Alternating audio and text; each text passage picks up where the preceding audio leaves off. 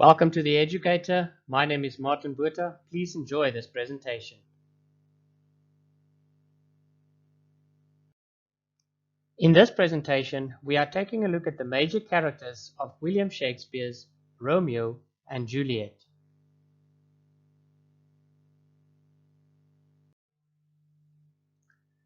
Romeo, in his first appearance, declares his love for Rosaline. This makes him seem a stock character of traditional drama, namely, the melancholy and moody young lover who is rejected by an unattainable woman. But when he meets Juliet, there is a progressive deepening of his character. The first sign that he will develop into a tragic figure is just before he enters Capulet's mansion for the party at which he will meet Juliet. He fearfully broods on the future. My mind misgives, some consequence yet hanging in the stars.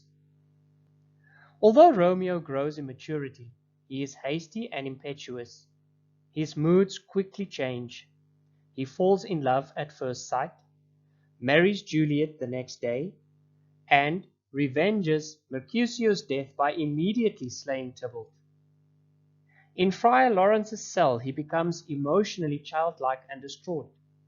He seems to lose all self-control in his hysterical outbursts and actions. In Mantua, learning of Juliet's death, his impulsiveness is again evident in his passionate "Then I defy you, stars." He instantly resolves to kill himself in the tomb with her. But although his state of mind can swing to extremes, his dialogues with Juliet and his soliloquy before he takes poison display maturity and his unflinching commitment to Juliet.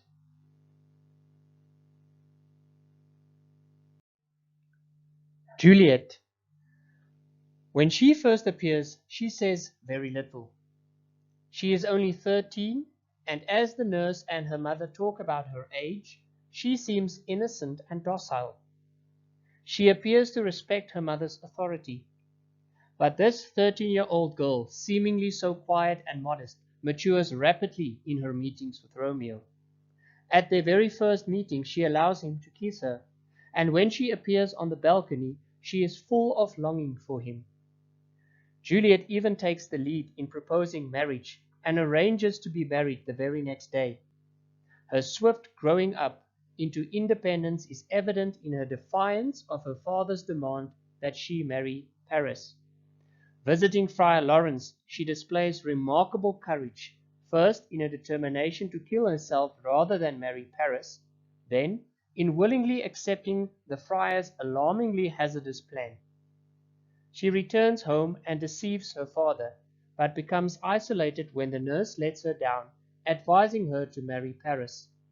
But even in her isolation, she bravely enacts the friar's plan and drinks the poison that will make her seem as dead. She displays resolute fearlessness when, unwilling to live without Romeo, she kills herself.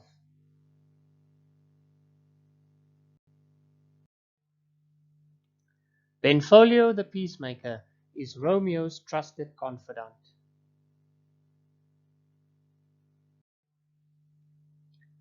Tybalt speaks only 36 lines in the play, but they create a very consistent character, a man full of anger and aggression. He seems the choleric, the angry, fiery figure of traditional drama, the hot-headed quarreler who feels only rage and a mistaken sense of honor. Mercutio is perhaps the most complex character in the play.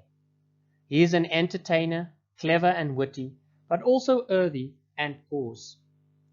He loves playing with language, particularly when he can give it sexual double meanings.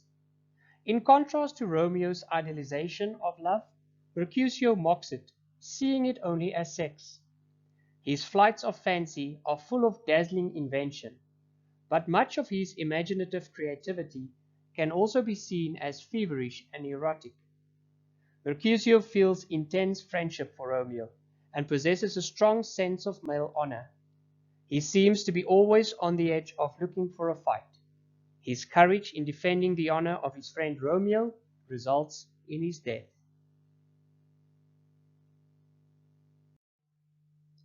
Friar Laurence is like a father figure for Romeo, who confides in him rather than in his own father Montague. But the friar is a puzzling character. His language and actions are open to very different interpretations. On his first appearance, he seems a wise moral commentator as he speaks of everything having the capacity for good or evil. He advises caution and wishes to use the marriage of Romeo and Juliet to bring peace to Verona.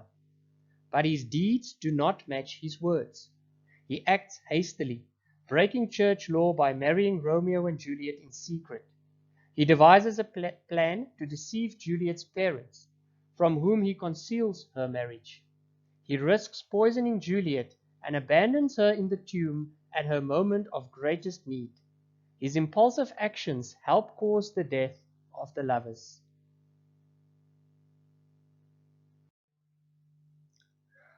The nurse is a surrogate mother and close confidant of Juliet, for whom she seems to have genuine affection. She acts as a go-between for the lovers, helping Juliet deceive her parents. Her earthy, rambling, repetitive style gives her great stage presence. She brings humor to the play in her frank enjoyment of sexuality. The nurse sometimes appears to be the most sympathetic character in the play, but for all her likability and her close relationship with Juliet, her advice that Juliet should marry Paris seems like a heartless act of betrayal. It leaves Juliet quite isolated.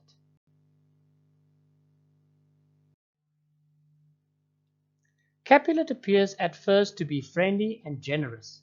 At the party he reminisces about his youth and is determined to stop Tybalt making trouble.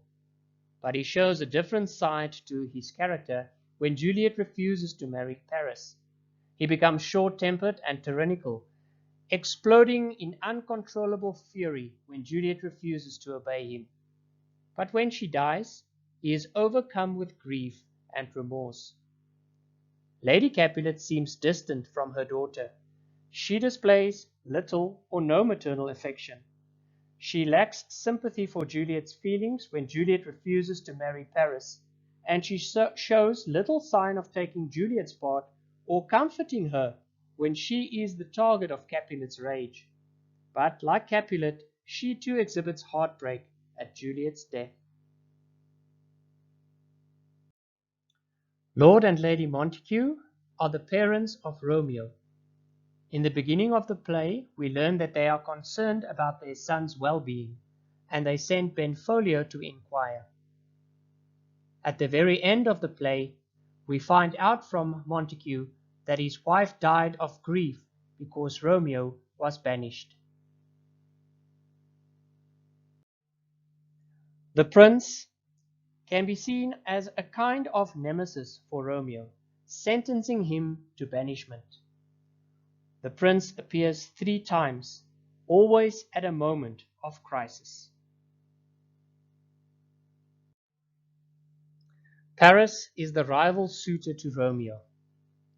Paris's few appearances in the play have consequences for both Romeo and Juliet, hastening their tragedy.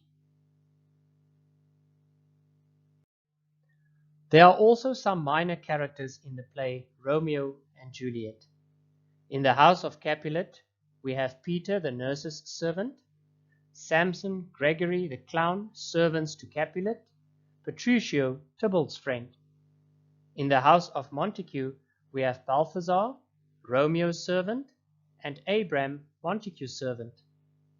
In the church, we have Friar John, a Franciscan priest. In the city, we have musicians, gentlemen and women, maskers, torch bearers, citizens and officers of the watch, as well as the captain of the watch. And then in Mantua, we have the apothecary from whom Romeo buys the poison. Thank you for watching The Educator. My name is Martin Buerta. Please remember to subscribe on YouTube for more presentations.